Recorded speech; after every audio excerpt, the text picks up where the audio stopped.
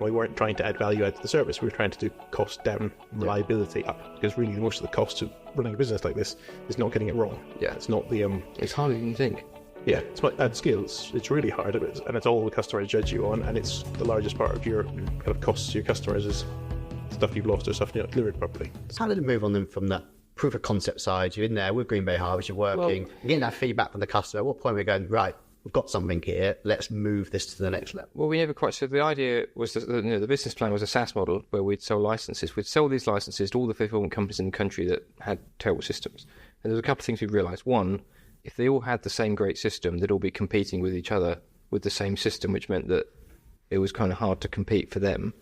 Not that mattered too much, but a lot of the inquiries we got either loved the IT system and said, that's great, but I need you to take these baseball caps and embroider on them as part of the process. And that's quite niche. We don't really want to build a very, as you said, generic system that can handle lots of product. We don't want to be going down that route. Or they'd say, I love the IT, but I'd like it for free, which is never a great business proposition. But we did have quite, because I was cold calling, I don't know, probably 50, 60 companies a day and going out to see them. There were quite a few people come and said, I really love what you're doing. Can you just do the fulfillment for me as well? Because I think the real-time reporting and the IT system is fantastic, but I'd actually just like you to do the physical side's hard work too. Can you just do all of it? And we were like, yeah, we'll just add it to the test bed. We'll make the test bed bigger because it will be easier to sell the software once the test bed's bigger. And I think that happened for like a decade, and we'd never actually sold software because there were so many people that wanted the whole solution. So it wasn't a decade before we realised this had traction, but we were up to 15 customers very, very quickly. Yeah. And each new one stressed the system a little bit, but we would, because we were trying to keep it generic, this kind of fleshed out the space in which we were going to operate. We weren't going to do bespoke embroidery. But we found our kind of our area of the fulfillment space that we thought we could usefully do.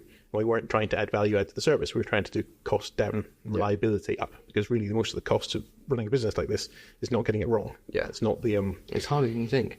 Yeah, it's at scale. It's really hard, and it's all the customers judge you on, and it's the largest part of your kind of costs to your customers is stuff you've lost or stuff you're not delivered properly. So, and that 0 to 15 customers in relatively quick succession, obviously that's, again, you've gone from 0, 50 now customers, each of those and demands, and it's a lot more, there's complexities around it. How did you guys step back and assess what needed to be done in order to kind of go, right, I've got a customer and I need a contract. Who's going to put the contract together? You're looking at each other going, who's going to do that part?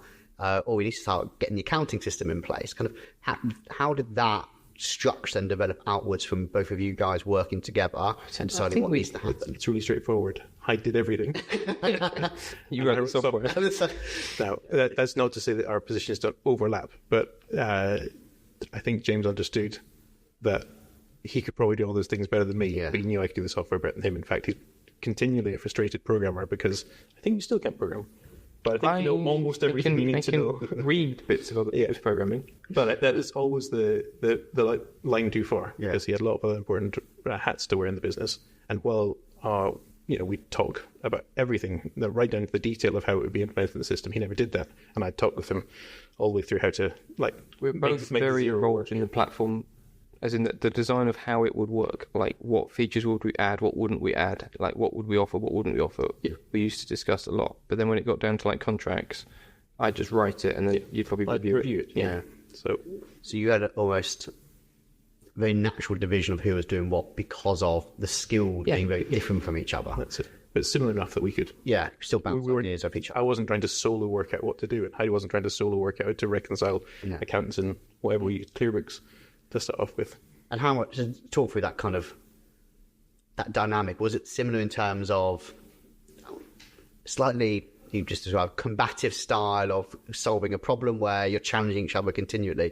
Was that a common theme in the early stages to overcome challenges, or was it very much like, I'm thinking this, that sounds really good, let's move on? Or was there still that challenging between each other? Everything was stress tested. Yeah. I think it was not the assumption that we were doing everything right. I do think for some reason we were really worried about not scaling properly. Like putting something in place that was in the wrong way or offering something as part of a contract to a customer we later regret. Why do you think that concerns you so much? Again, there's a common theme around identifying scale and scale being really important.